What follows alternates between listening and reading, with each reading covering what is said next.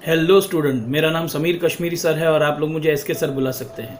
आज जो टॉपिक हम लोग पढ़ने जा रहे हैं उसका नाम है बड़े घर की बेटी, लेखक मुंशी प्रेमचंद। तो आइए शुरू करते हैं। Professor Sameer Kashmiri. Teaching Hindi subject since 1996, taught more than 50,000 students till date. For educational video content, do follow, subscribe on Twitter, YouTube, Instagram, Facebook and TikTok at OK Sajeev. पात्र परिचय। बेनी माधव सिंह, गौरीपुर के जमींदार और नंबरदार। श्रीकंठ सिंह, बेनी माधव सिंह का बड़ा बेटा। लाल बिहारी सिंह, बेनी माधव सिंह का छोटा बेटा।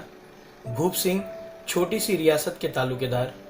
आनंदी, भूप सिंह की चौथी बेटी तथा श्रीकंठ सिंह की पत्नी। बेनी माधव सिंह गौरीपुर गांव के जमींदार और नंबरदार थे। अपनी आधी से अधिक संपत्ति वे वकीलों को भेंट कर चुके थे। उनकी वर्तमान आय 1,000 वार्षिक से अधिक न थी। उनके दो बेटे श्रीकंठ सिंह और लाल बिहारी सिंह थे। बड़े बेटे श्रीकंठ सिंह बीए पास थे और शहर में कार्यालय में नौकर थे। पाश्चात्य सामाजिक प्रथाओं को प्रेम न कर भारतीय प्राचीन सभ्यता का गुणगान करना उनकी प्रकृति का प्रधान अंग था। छोटा बेटा लाल बिहारी सिंह दोहरे बदन का सजीला जवान था। सवेरे 2 सेर ताज़ा दूध पीना, मुगदर घुमाना और दंगल में कुश्ती लड़ना उसका स्वभाव था। वो बाप का उतना लिहाज नहीं करता जितना बड़े भाई का। श्रीकंठ सिंह का भी उस पर हार्दिक स्नेह था।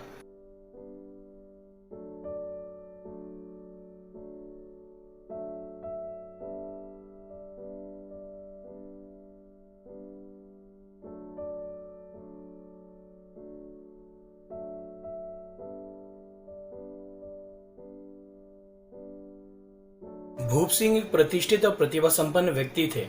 उनकी बेटी आनंदी बहुत सुंदर और गुणवती थी। सुख सुविधाओं में पली आनंदी का विवाह मध्यम वर्गीय परिवार में रहने वाले श्रीकंठ सिंह के साथ हुआ था। गांव में आकर उसने एक सीधा साधा देहाती मकान देखा जिसमें खिड़कियां तक नहीं थी।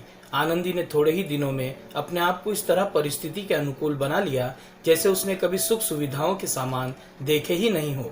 श्रीकंठ सिंह शहर से शनिवार को घर आया करते थे। आनंदी अपने ससुर और देवर के पास ही गांव में रहा करती थी।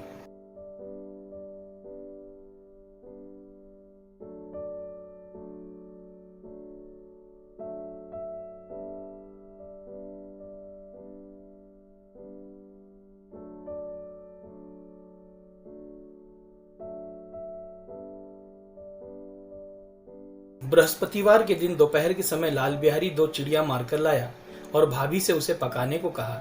आनंदी ने घर में जो पाव भर घी रखा था उसे मांस में डाल दिया।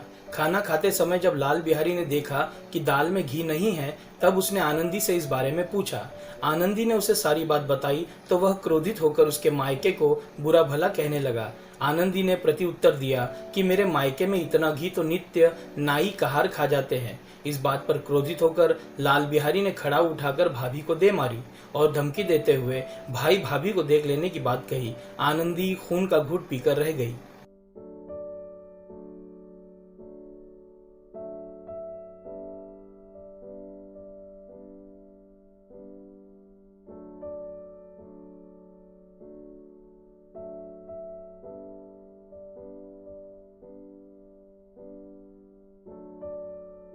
शनिवार की संध्या को श्रीकंठ शहर से आए और गांव के भद्र पुरुषों के साथ बैठकर रात 10 बजे तक देश काल संबंधी समाचार तथा नए मुकदमों की चर्चा करते रहे।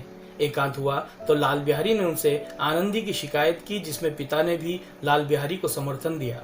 2 दिन से आनंदी कौप भवन में थी।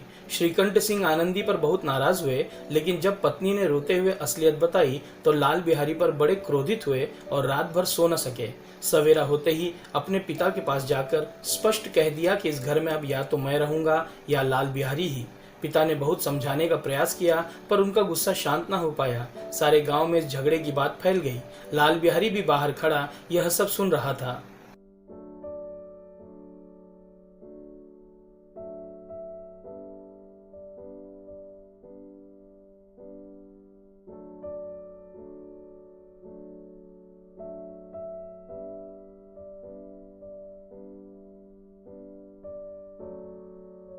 लाल बिहारी ने आनंदी के पास आकर माफी मांगी और स्वयं घर से चले जाने की बात कही। आपसी झगड़े के कारण लाल बिहारी के घर से चले जाने वाली बात से आनंदी को भी चिंता हुई। वह घर में शांति चाहती थी। उसने सोचा कि अगर झगड़ा और बढ़ेगा तो लोग तमाशा देखेंगे।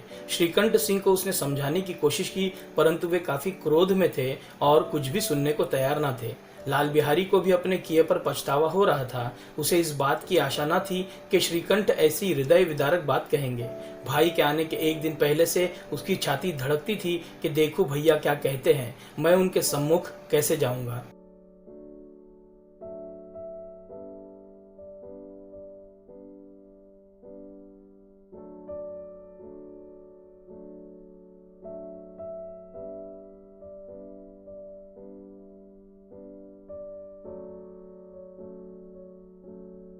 लाल बिहारी ने भाभी से आकर माफी मांगी और दरवाजे की तरफ बढ़े।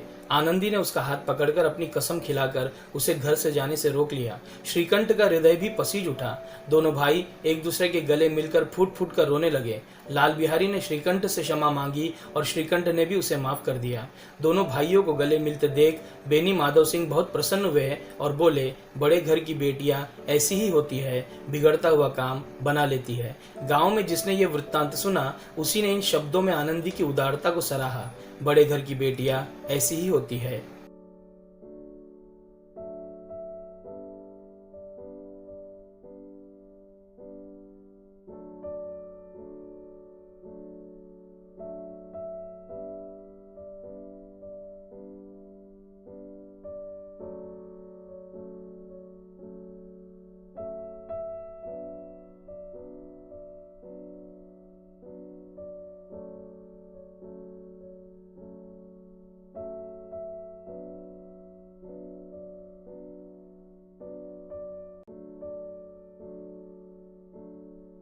कहानी का उद्देश्य।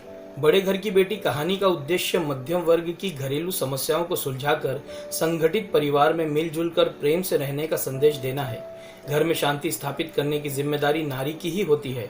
यदि नारी समझदार है और उसमें धैर्य है, परिवार के प्रति प्रेम है, तो कोई भी घटना परिवार को विघटित नहीं कर सकती।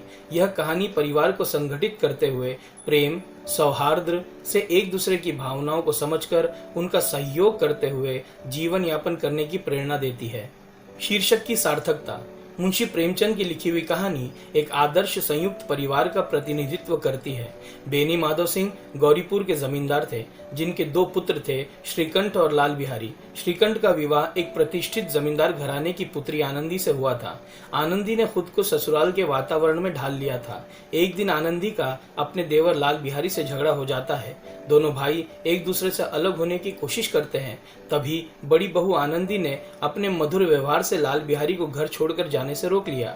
इस पर बेनी माधव सिंह ने कहा कि बड़े घर की बेटी ऐसी ही होती है जो बिगड़ा हुआ काम बना लेती है। अतः शीर्षक सार्थक है, बड़े घर की बेटी आनंदी है। मैं उम्मीद करता हूं कि आप लोगों को यह विषय समझ में आ गया होगा। अगली बार फिर इसी तरह का कोई विषय लेकर आपके समक्ष हाजिर हो जाऊंगा।